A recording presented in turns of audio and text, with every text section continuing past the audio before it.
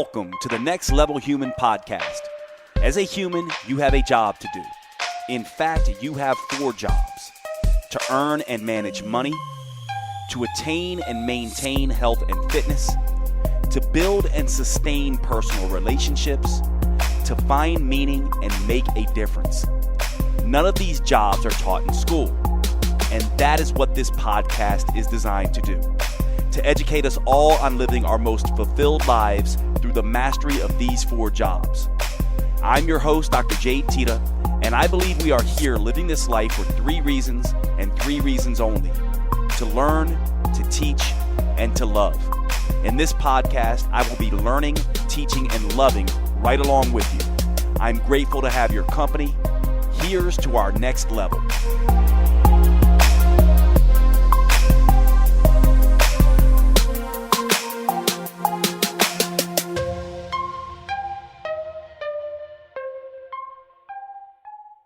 Welcome to today's show. I'm going to be covering some fitness topics today. This is really just coming from things that have been on my mind and also things that I am frequently asked and I just have not covered in a while. And I don't really have any notes for this or any outline in mind. So I'm just going to be focusing on what I think most people want and some conversations around fitness in general and what we should be doing. So I'm going to assume that most of us, when we think about fitness, most of us who are not in the athletic realm and don't have specific performance goals in terms of competition, most of us really, when we think about fitness, we're really thinking about it from the context of look good, feel good, live longer. Now, of course, if you are an athlete, and I may touch on that as well, then it's function better.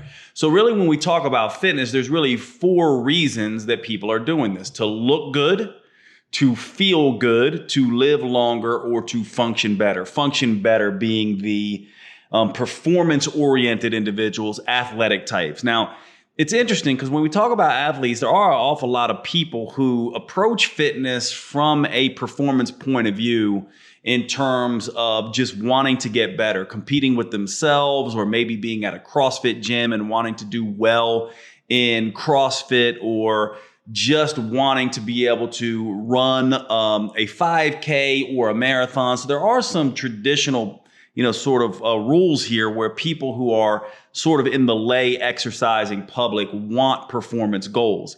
So maybe I will cover that as well. But in general, it falls into those 4 categories. Now, the first thing here is that I just want to give people sort of an understanding, because when we think about certain topics, it's always helpful to have a framework. And the reason why frameworks are important is because they clear up a lot of confusion. And so when I think of fitness, I think of these 4 buckets. And the reason it's important to bucket fitness in this way is because oftentimes people will get confused when they're trying to really do one thing and they think it will translate over into the other thing. As an example, performance goals oftentimes are counter to or opposite to look good goals. And I know this is confusing for people, but think about it for a minute. If you're an athlete or you have performance goals or you're trying to do something related to competition around exercise, you really are starting to think about exercise more as training than exercise. And that requires what I would call an eat more, exercise more type of approach. In other words, you're eating to fuel your training. You're not really that concerned with what you look like or losing fat. And those who do try to mix those two, because many athletes will, and I've worked my whole career trying to sort this out for people who are trying to approach fat loss goals while also trying to perform in their sport. And those 2 things are not always, in fact, I would say are almost always at opposition to each other. So it's important to understand that the metabolism does not like to multitask. It does not like to multitask in terms of anabolism, building muscle, and catabolism, burning fat. It doesn't like to do both of those at the same time. That can be done. And we need to understand that if our goal is looking good, fat loss, let's say, versus performing better, those are opposite goals as well. So the first thing you need to understand when we're looking at fitness and goals around fitness is to get very clear on what it is that you are trying to do, right? As another example to this, if you have look good goals, you're wanting to burn fat, but you also are tired, fatigued, going through some level of metabolic dysfunction and overtraining or undernourished, then those two things are at opposition, right? If you are doing something to feel better, to repair the body, but your body is already depleted and you're over exercising or trying to exercise your way into fat loss, then these things are also at opposition. And of course, if you are depleting yourself, overstressing yourself with too much exercise, this may not necessarily be a good thing for living longer either. We all know people who have, or we've heard stories at least, and of course these stories are in the minority and they are the absolute worst kinds of evidence, so I don't always like bringing them up, but we all hear those stories about the jogger who jogged every day first thing in the morning who ends up dying as a heart attack while they're jogging. And so it's very important that we get clear on this. What are your goals when we're talking about fitness? Are they to look good? And what do we really mean by that? Because obviously someone who's overweight does not want to go from, let's say, an overweight bigger pair to a smaller weight loss, but more mushy, flabbier pair, meaning that they lost a lot of weight, but they also lost a lot of muscle. So normally when we're talking about look good, we're talking about burning fat and maintaining or perhaps gaining muscle. That's the look good piece. When we're talking about feeling better, we're oftentimes talking about reduction in symptoms, an increase in motivation and stable, predictable energy, that kind of thing. When we're talking about living longer, this is pretty easy. This is longevity. And when we're talking about performance goals, we're talking about getting better at a particular sport or an event. Now, most of you listening to this podcast are either working with, because there's a lot of professionals that listen to this podcast, people who are wanting to look good.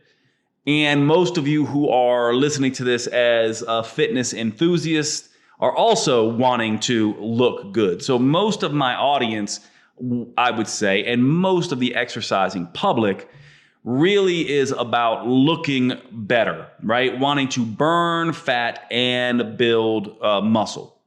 And so I'm going to focus most of this conversation there, although I may delve into these other four categories. But hopefully you can see that when we're talking about fitness, it's not just simply, go out and exercise. Like any kind of exercise really, as long as it's not overdone, is going to be great for fitness, right? It's going to be great for living longer. We know it's very healthy. But it's not going to necessarily be great for looking good or performing better.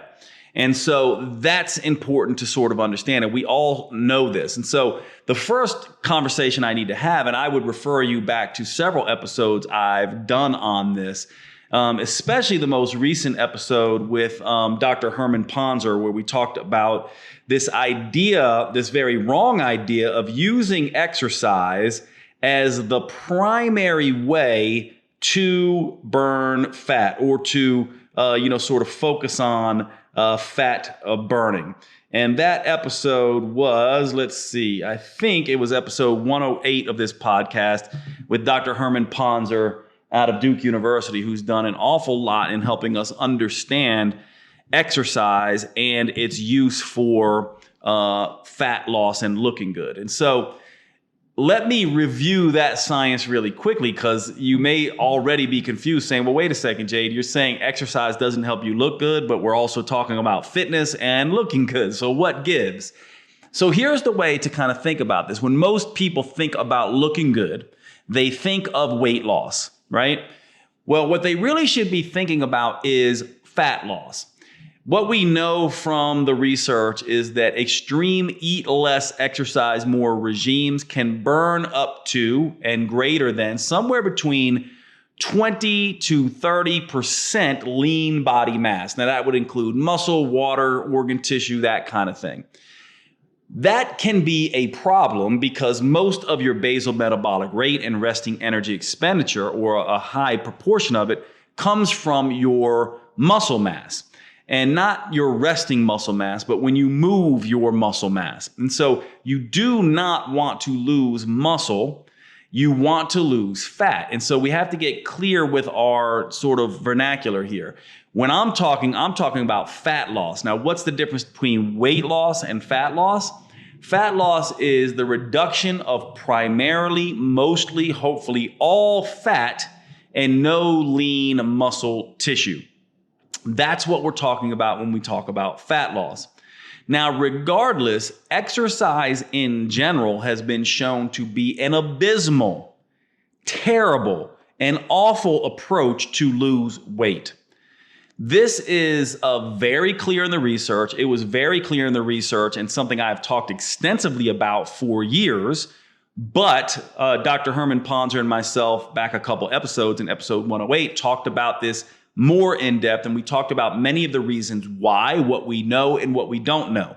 But let me review that for you really quick, because as we get into this and as you start to adopt better habits for looking good as it pertains to your exercise regime, you want to get very, very clear on this idea that exercise is going to be the worst way to lose weight and the worst way to initiate fat loss. Now, it may be the best way to maintain muscle mass. This is where it actually has a role to play in looking good, but it's going to be one of the worst ways to lose the fat. Why? Well, one of the things that we know is that the metabolism does not work the way we've all grown up thinking it works. In other words, most people think the metabolism works like this. Most people think that if Jade has a resting energy expenditure or a basal metabolic rate of 2,000 calories per day, and then goes out and exercises and burns another 500 calories through exercise, we think Jade burned 2,500 calories. In other words, we think exercise is additive onto our resting energy expenditure or basal metabolic rate. In fact, it's not. It is constrained. And what I mean by that is that sure, that particular day I might burn 2,500 calories. But if you look at that similar day, weeks or months down the line, you'll find that my resting energy expenditure will have changed as a result of the exercise. In other words, our metabolism is budgeting energy. If it sees me consistently, repeatedly burning calories through exercise, it will start to consistently and repeatedly make up those calories by reducing different aspects of metabolism. Some we know, some we don't know. Some of the ones we know, it might reduce thyroid hormone output and decrease our calorie burn that way. It may decrease our non-exercise activity thermogenesis, our fidgeting, our movement, and things like that. It may downregulate some of our reproductive hormones that can have impact on metabolic rate. It can adjust immune function, which can have an awful lot to do with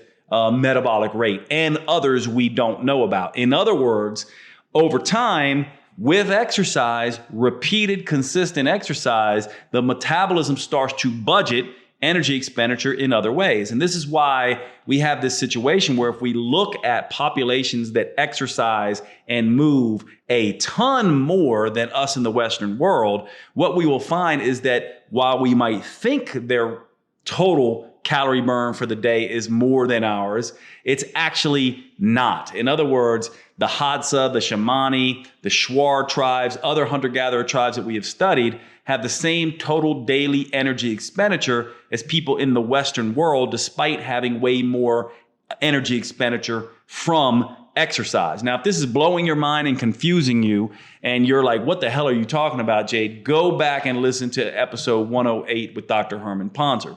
Now, what does this mean? What it means is that we do not any longer want to be looking at exercise as the thing to help us lose fat. And isn't this what most of us do? I cannot tell you how many times friends, family members, even people who I've talked to this about come to me and say, hey, what exercise program should I do to lose the weight? And I look at them and say, none. You need to worry about what you're doing in the kitchen. Or they might say, hey, how do I get a six pack? I'm like, it's not the exercise, it's what you're doing in the kitchen. Or how do I lose this belly? It's not the exercise, it's mainly what you're doing in the kitchen.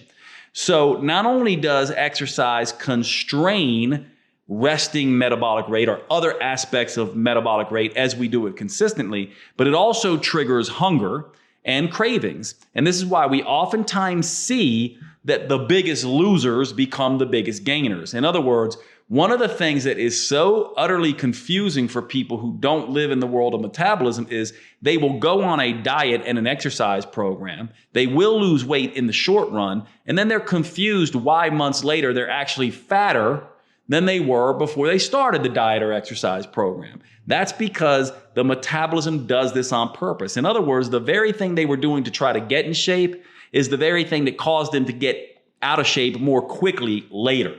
This is critical that you understand this as we start to be looking at how do I look better. So I'm going to talk to you about not just acutely looking better, which now gets us into a conversation about diet and exercise, but also about maintaining looking better. In other words, it's hard enough to lose the fat. It's even harder to keep that fat off. And so one of the things that we want to begin to look at is our tolerance for things like cardiovascular exercise and our tolerance for things like high intensity exercise and our tolerance for more frequent exercise. And even for some people, our tolerance for things like weight training. Because when we exercise, it's not just about what we do in that exercise session. It's what that exercise session does to our metabolism in the days and weeks after. Meaning, does it make us hungry and have more cravings? In other words, is our exercise habit related to our overeating habit? For many of us, it is. Does it cause problems for us later? That's the issue. So let's talk about a little bit of the science behind this. Now, I'm going to give you some general rules here, and the caveat is they are general rules. And the reason why is because all of us respond differently. There are indeed people, perhaps around 25% of individuals, who can go out and exercise intensely for long periods of time and with, very frequently and not have upticks in this hunger and cravings. In other words, they don't respond to excess exercise with hunger and cravings. And therefore, they respond more favorably to exercise programs as it pertains to looking good, as it pertains to losing fat, because they're not overcompensating. One of my favorite studies to illustrate this is a study on menopausal women that basically looked at women and just changed the exercise component of energy expenditure. In other words, they took a group of menopausal women and they said, what we want you to do is keep your diet exactly the same. We do not want you to change your eating habits. But what we do want you to do is we want you to start an aerobic cardio program. And so there were three groups of women. One group did 5 days a week of 30 minutes of jogging on a treadmill. That's literally what they were doing. 30 minutes of jogging on a treadmill, 5 days per week. Another group did 45 minutes of jogging on a treadmill, 5 days per week. And the third group did 60 minutes of jogging on a treadmill, 5 days per week. What they did is then they followed these women over the 12-week period of the study to see, did they lose weight? I want to jump in real quick and tell you about one of my favorite new products. And to start out, I want to ask you a question. If you had to follow your friends around who are not the healthiest in the world and see what they are doing, what would be the number one thing you would probably tell them to do to start? For most people, that's going to be drinking more water, right? This is something that we talk about all the time in health and fitness.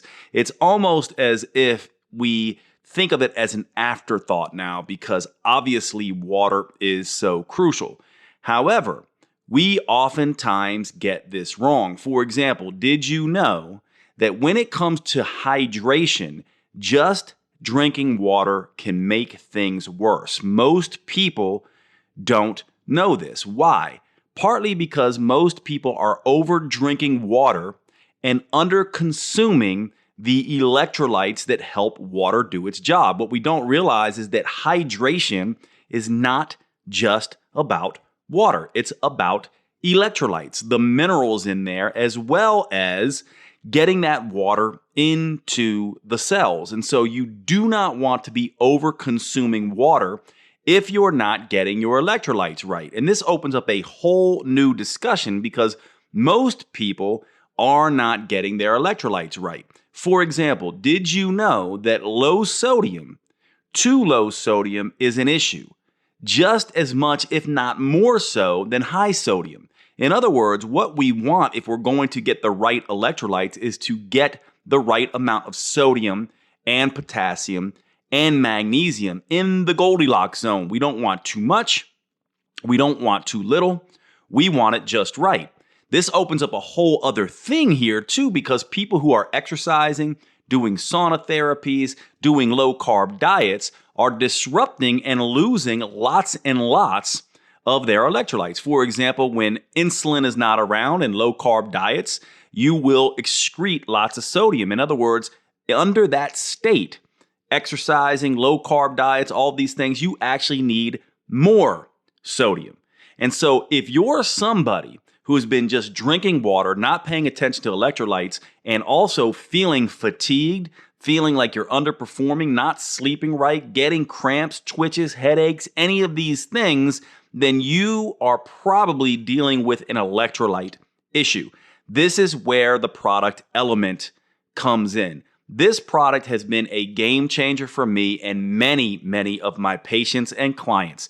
This is a rehydration electrolyte beverage, basically. It is a powder of electrolytes formulated with 1,000 milligrams of sodium, 200 milligrams of potassium, and 60 milligrams magnesium without the added sugar and other nonsense that comes in beverages like Gatorade. This stuff is basically a rehydration beverage on steroids. It is the thing that is going to replenish your electrolytes in the right ratios, decrease fatigue, really correct chronic dehydration. And by the way, many people are dehydrating themselves, becoming hyponatremic, low sodium, when they're consuming too much water. You need your electrolytes on board, especially if you are someone who is losing lots of sodium and other electrolytes through low carb diets and lots of exercise. This is where Element comes in. Element is a new sponsor to the Next Level Human podcast. I cannot recommend this product enough. I have been using this stuff for months now, and I have immediately seen changes in my energy levels. I feel like I'm operating on a whole other level, and I have seen this as being the primary thing that people who have been using Element have been telling me, that their fatigue is getting better, especially fatigue that comes after very intense workouts that involve lots of sweating and lots of intense output from the nervous system. Please check out Element. Use the code NEXTLEVEL. DrinkElement.com. That's DrinkLMNT.com. DrinkElement.com, and let's get back to the show. Sorry to break in. I want to cover one of my sponsors, Organifi. Now, look, I'm a little embarrassed to admit this, and many of you who know me well know this, but shockingly, I cannot stand vegetables. I really do not like vegetables. I have not liked them since a child. I think it has something to do with my mom, who cooked everything just boiled everything, no salt, no fat, no taste, period. And so I developed an extreme dislike for almost all vegetables. And still to this day, I have a difficult time getting in my fruits and vegetables. Well, Organifi, started by my good friend Drew Canoli, who I've developed a relationship over the years, and I am really sort of tickled that we finally get to do this together with Organifi sponsoring the Next Level Human podcast. Drew is a Next Level Human. Organifi is a Next Level Human company. I can't say enough about them. I'm excited for them to be on board as a sponsor for the Next Level Human podcast. My favorite products, let me tell you about them. They have a ton, but I use 3 pretty much every day. I use Organifi Gold before I go to sleep. This is their turmeric tea based on sort of the old Ayurvedic golden milk. It is absolutely fantastic. It contains lots of different relaxing herbs, turmeric, taste wonderful. And one of the things this has done for me is I had a very bad wine habit at night. It started out as just 1 glass of wine. Lately, it's turned into 2, 3, and sometimes a bottle. What I've done starting in 2021 is use Organifi. This is what I have in lieu of wine. And I sit there just like I used to sit with my wine, and I have the Organifi Gold. I also use the green and red juice powders. I have never liked greens and reds juices, period. These powders to me always tasted like swamp water. I use 1 scoop of the greens, 1 scoop of the reds first thing in the morning before my coffee. It has become a ritual over the last several years. It is fantastic. Those are the ones I use the most. Of course, they have a great line of protein products, and they have a new Organifi Gold chocolate, which I have not tried yet, but I cannot wait to try that because you all know I love cocoa powder and use it for lots of different things, for cravings and everything else. Check out Organifi, Organifi.com. Use the code NEXTLEVEL. Please take care of Organifi the same way they're taking care of the earth, doing amazing things as a company, and now taking care of the Next Level Human podcast so we can all be together and have these discussions. Organifi.com. Use the code NEXTLEVEL. Let's get back to the show. Here we go.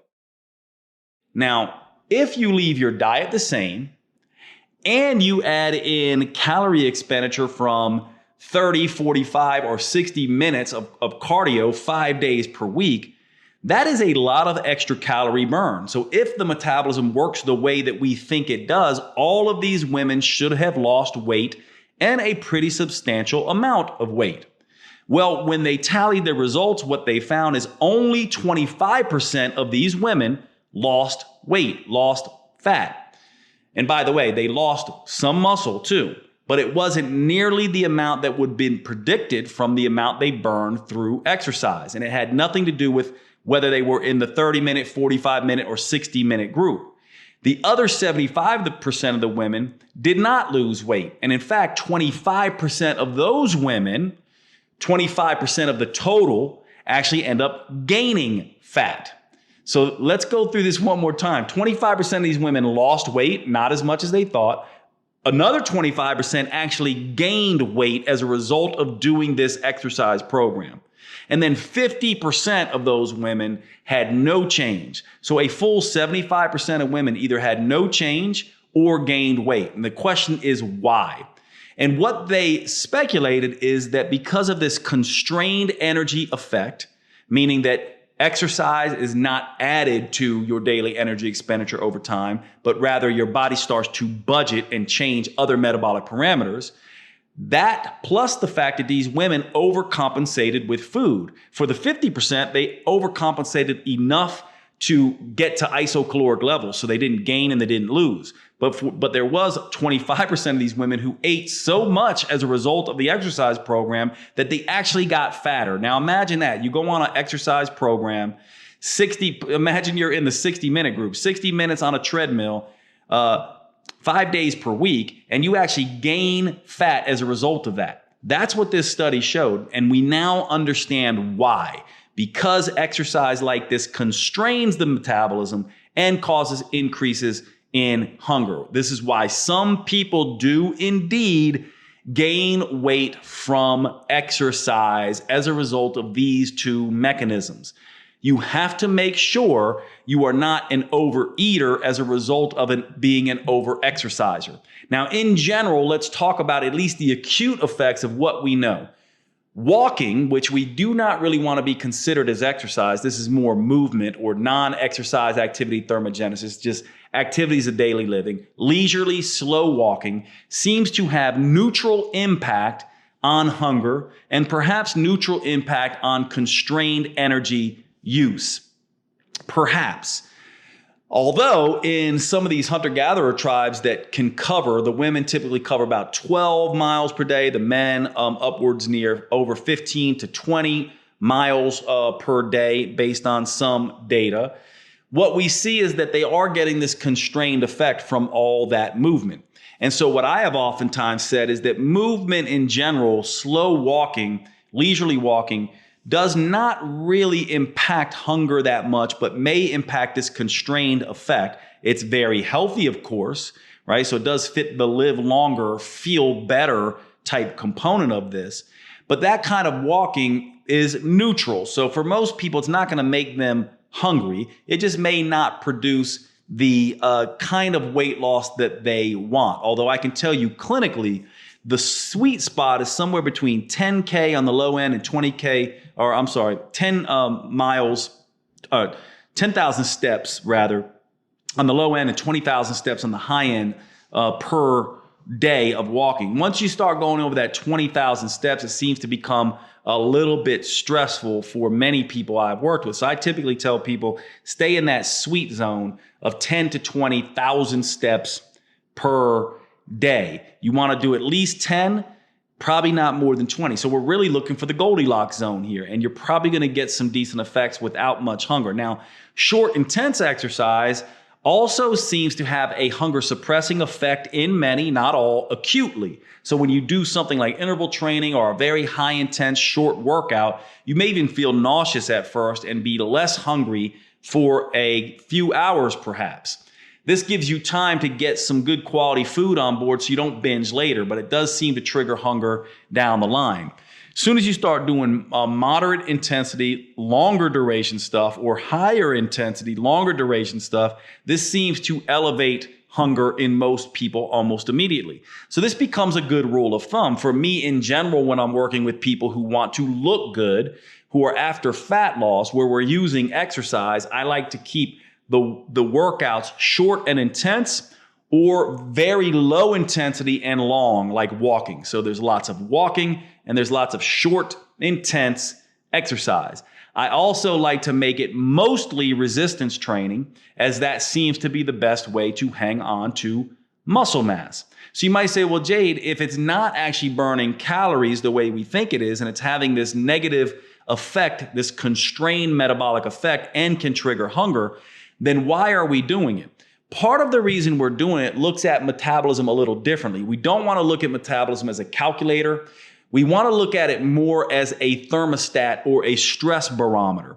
And so if we're looking at it as a thermostat or stress barometer, obviously most people, when they think about their thermostat, they're keeping it somewhere in the comfort zone, 68 on the low end, maybe 72 on the high end, maybe, of this thermostat. Well, that's what the body likes to do as well. It likes to have homeostasis. It likes to seek balance.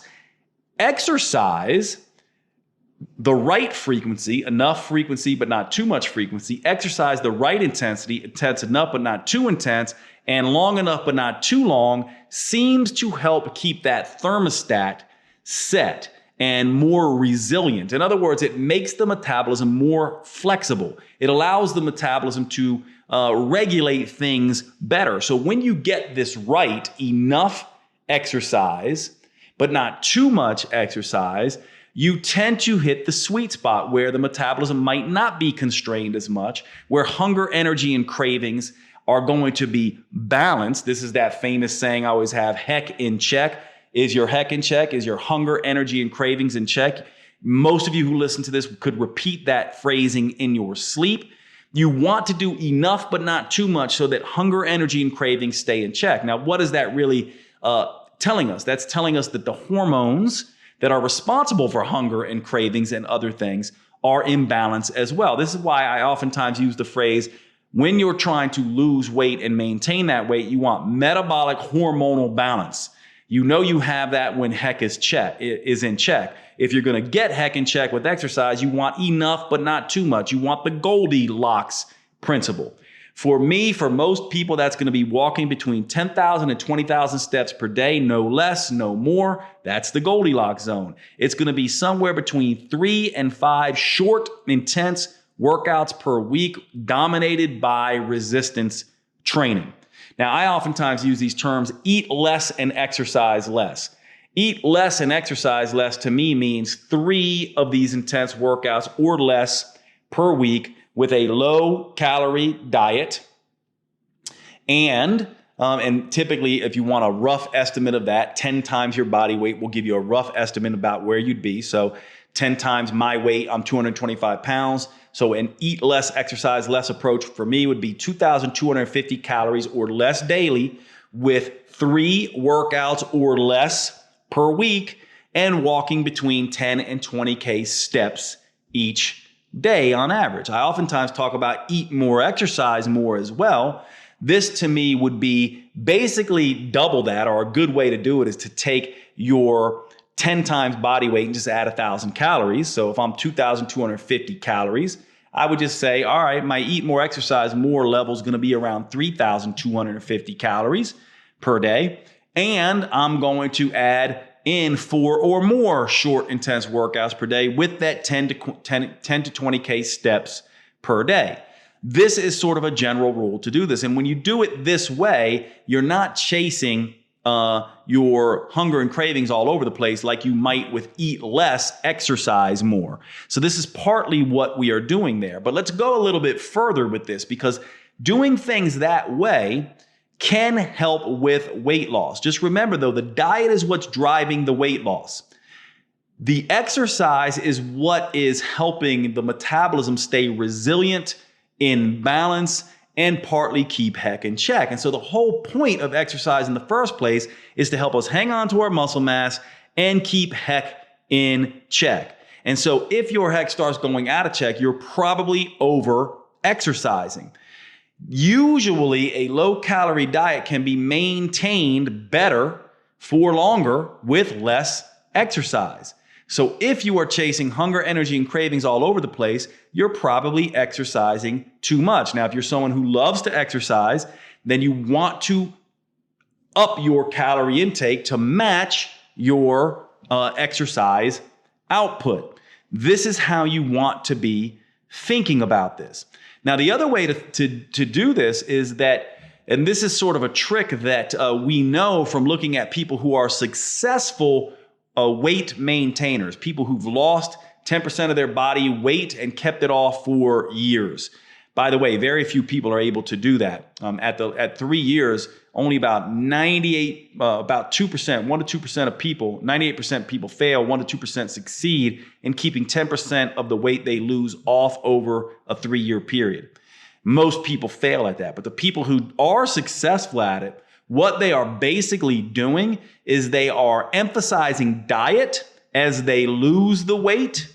And then when they're trying to maintain the weight, that's when you want to start ramping up exercise. Now, this is the opposite of what most people do. Most people try to lose the weight with exercise. And so they're taking 2 steps forward, 3 steps back, or 2 steps forward, 2 steps back, like that menopause study we talked about, where they're doing all this exercise and not getting anywhere. They're just basically spinning their wheels. That's what most people are doing.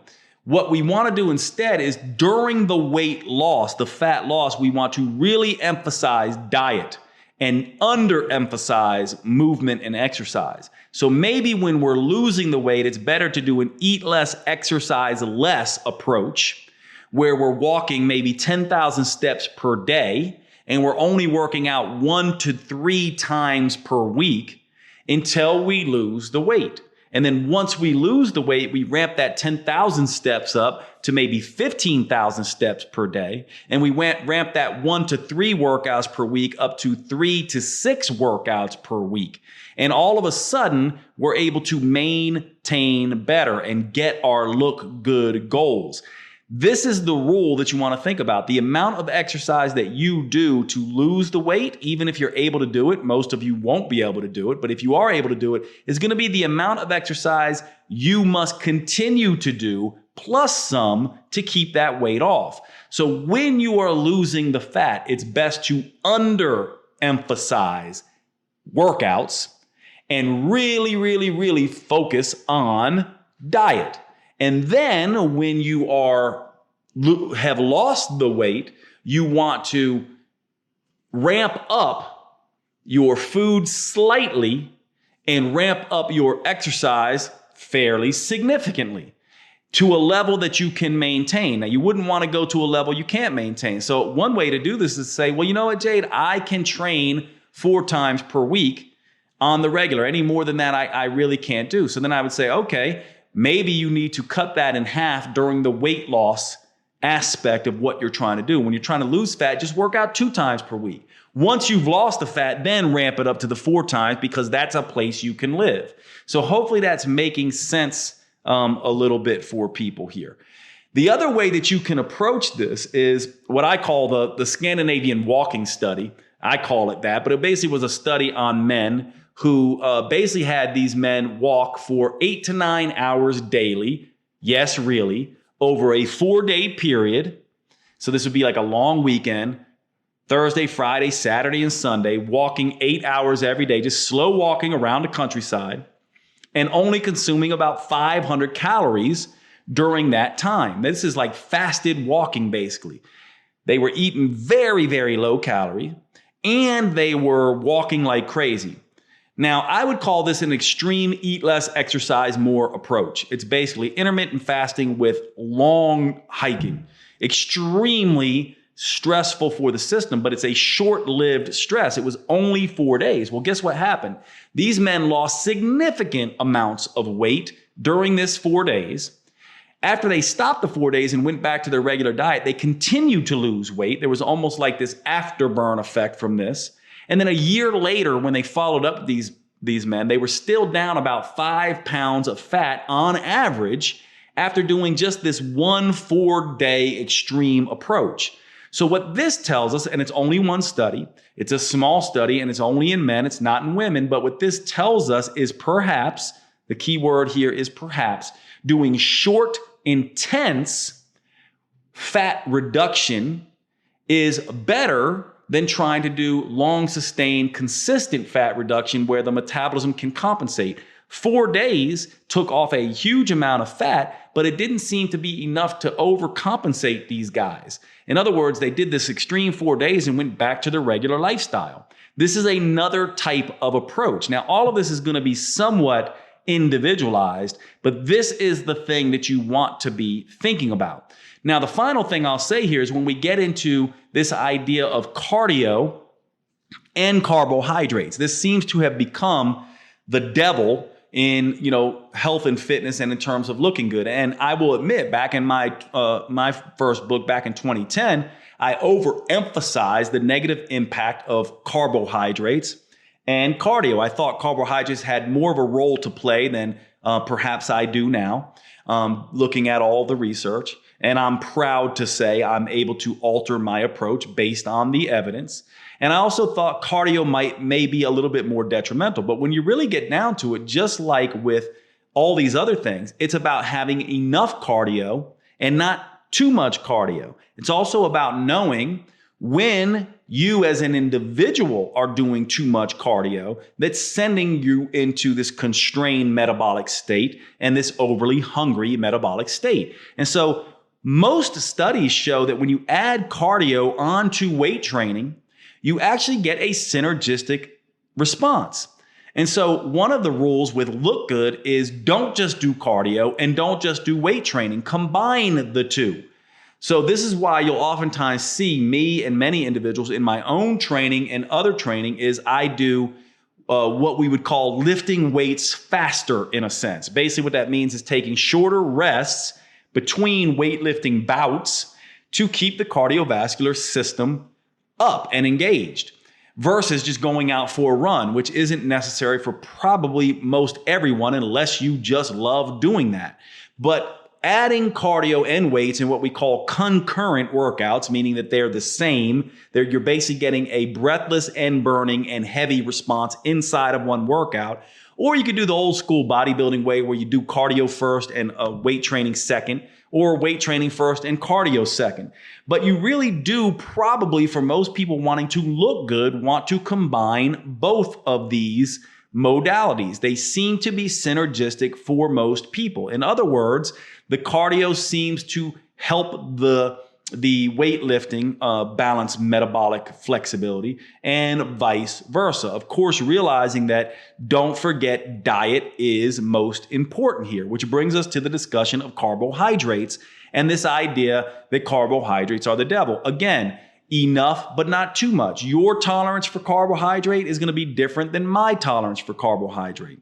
We have not yet seen this substantiated in the research, but perhaps when we look at macronutrients, percent of calories, perhaps for some people, they do better on higher carb, lower fat diets. And for others, they do better on higher fat or higher carb, lower fat diets, right? So we probably are going to learn, and there is some hints of this in the research, that there are people who do better on higher carb, lower fat. And there are people who do better on higher fat, lower carb. What we do know and seems to be clear is that regardless of whether you're going to go higher carb, lower fat, like a vegetarian or vegan, or higher fat, lower carb, like a keto diet or paleo or primal person, one of the things that we see is we definitely want the protein intake to be higher than probably what is traditionally been advised by the American Medical Association, the American Dietetics Association, and these types of organizations. What we know for sure is that if you want to maintain, and again, this goes back to exercise, it is perhaps even more important to maintain the fat that you lose by ramping up your protein intake, especially in the maintain phase. So perhaps if let's say my lean body mass is around 180 pounds, right? This is when you subtract out my body fat from my total body weight. Let's say my lean body mass is 180 pounds. What we probably want as our protein intake is somewhere between 180 grams of protein, our lean body mass, up to 225 grams of protein, our body weight. And I'm speaking for me here. This might not be for you. For you, your lean body mass might be 120. So you do 120 grams, and your body weight might be 150. So you might do 150 grams. So your spread of protein is going to be somewhere between 120 grams and 150 grams. Well, perhaps that protein intake goes up as you start to ramp up your exercise after losing the fat. So in other words, in a fat loss phase where you're sort of eating less and exercising less, I might set your protein grams to your lean body mass. But once you've lost the fat and we start moving into more of an eat more, exercise more phase, I would ramp up your protein intake to a higher amount. Why would I be doing this? To control hunger, right? To control hunger. So this again is how we go from looking good acutely, losing the weight and fat in the short term over 8 to 12 weeks, and then keeping that fat off over the next 8 to 12 months. This is how you want to be thinking about this in my mind. And the final thing here is to just go back to what we started with. Remember, looking good, feeling good, living longer, performing better. The big mistake that a lot of people are going to make are especially going to happen in the looking good and performing better categories. If you want to perform better, you're going to have to live in an eat more, exercise more state. If you want to look better and you have substantial fat to lose, you're probably going to want to go from an eat less, exercise less state to an eat more, exercise more state to maintain. So to attain the fat loss, eat less, exercise less is probably going to be a better approach for most. But once you go into the maintain phase, eat more, exercise more is probably going to be the better approach. And this is why many people who try to do performance goals along with look good goals don't get the results they want. Only about 25% of those individuals are going to get those results. So hopefully this helps and it's a useful discussion for you. Just to summarize real quick, for look good goals, what we need to think about is diet, not exercise. When we think of exercise, what we need to be thinking about is the exercise Goldilocks zone. We do not want to over-exercise and have this constrained metabolic response and this overly hungry response. And we do see that this is an individualized response, but probably about 75% of people do not lose weight with exercise. Let me say that again. 75% of people do not lose weight with exercise, probably. So what's the point of exercise? Helping us achieve metabolic hormonal balance. And it can only do that when we get the Goldilocks zone. Not too much frequency, not too much intensity, not too much duration, but the right frequency, intensity, and duration of exercise to keep heck in check. And then we want to be thinking about, when I lose the weight to attain, I probably want to be doing less exercise than I normally would be doing, because I'm going to need to ramp up that exercise later, because exercise is effective in helping us maintain, even though it may not be effective in helping us attain. And so you really want to go from an eat less, exercise less approach when you're attaining fat loss to an eat more, exercise more approach when you're maintaining fat loss. Or as an alternative, you can do very short, eat less, exercise more challenges, then go back to eat more, exercise more, or eat less, exercise less. This is how you want to be thinking about this always. In addition to regulating exercise while you attain fat loss and then ramping it up when you're maintaining fat loss, you want to be thinking the same thing with protein. Your protein is going to be lower as you're attaining fat loss, down near your grams of lean body mass, and then you're going to want to upregulate that protein to near your body weight in grams, body weight in pounds in grams of protein as you maintain fat loss. This is the way that I would begin to approach this for most people. Now, of course, there's more we don't know than we do know in this subject of metabolism. And so we will refine this over time. But this is going to be, in my mind, the best approach for most people. With the final thing being said, make sure you understand that carbohydrates and cardio, both of those, you need to know your tolerance. Not too much, not too little, but just right of those particular elements. And this is going to get you in the ballpark of looking good and attaining and maintaining fat loss. All right, hope that was useful for you today on the show and that you got a little taste of some of the body composition stuff. And I will see you at the next episode.